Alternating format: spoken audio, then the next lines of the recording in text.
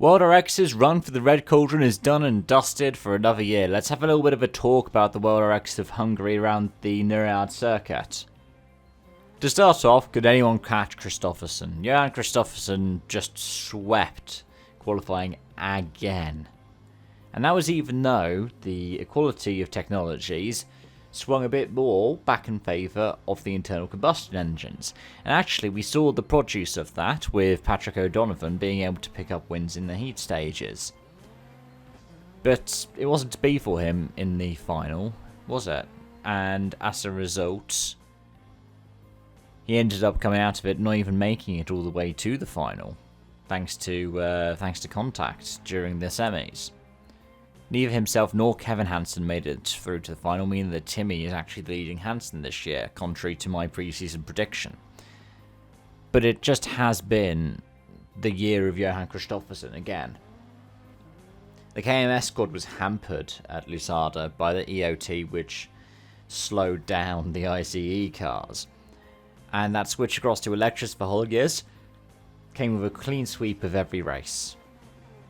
Now, part of you could think, well, he is, the 7-time champion. Of course he's going to do well in Holgers. It's his own track. And do you see the conditions?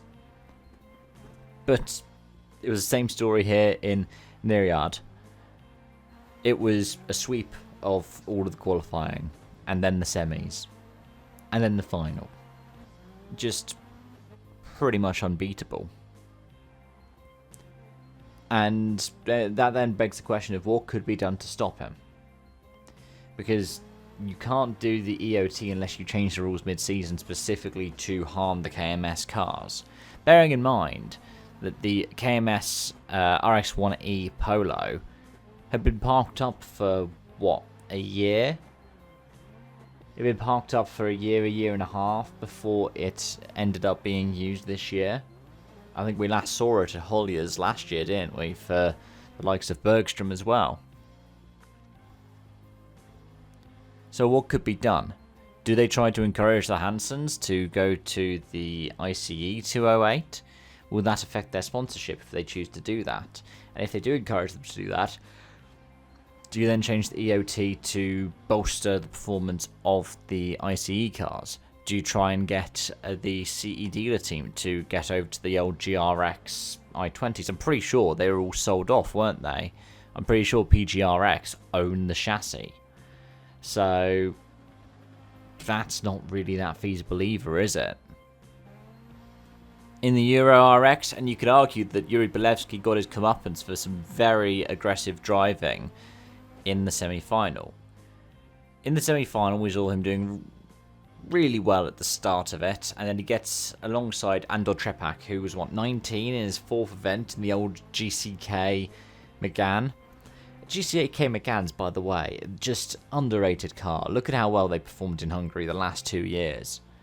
And yeah, Belevsky and him got together and he's in the wall and out. Then in the final, Belevsky gets into, wasn't it one of the Mosers he gets into? Or was it Tomasz Karat? I thought it was one of the Mosers that he gets into. And he's out. As a result, the win goes the way of a home driver, goes the way of Zoltan Konchek.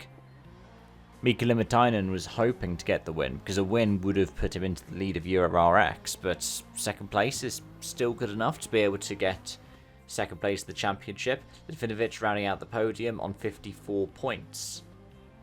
Nils Volland was very close to getting that podium though, and last year's EuroRX 3 winner is starting to make good on his supercar campaigns. Though interestingly enough, I'm pretty sure we got to the point, didn't we, that thanks to changes in things like the EOT, those WorldRX cars are now similar in pace to EuroRX. At Lusada, the EuroRX cars were the faster cars, which is why we couldn't have them running on the same track at the same time. Either way, at the end of this weekend, the championship standings make for some impressive reading. Johan Kristoffersson is leading on 72 points.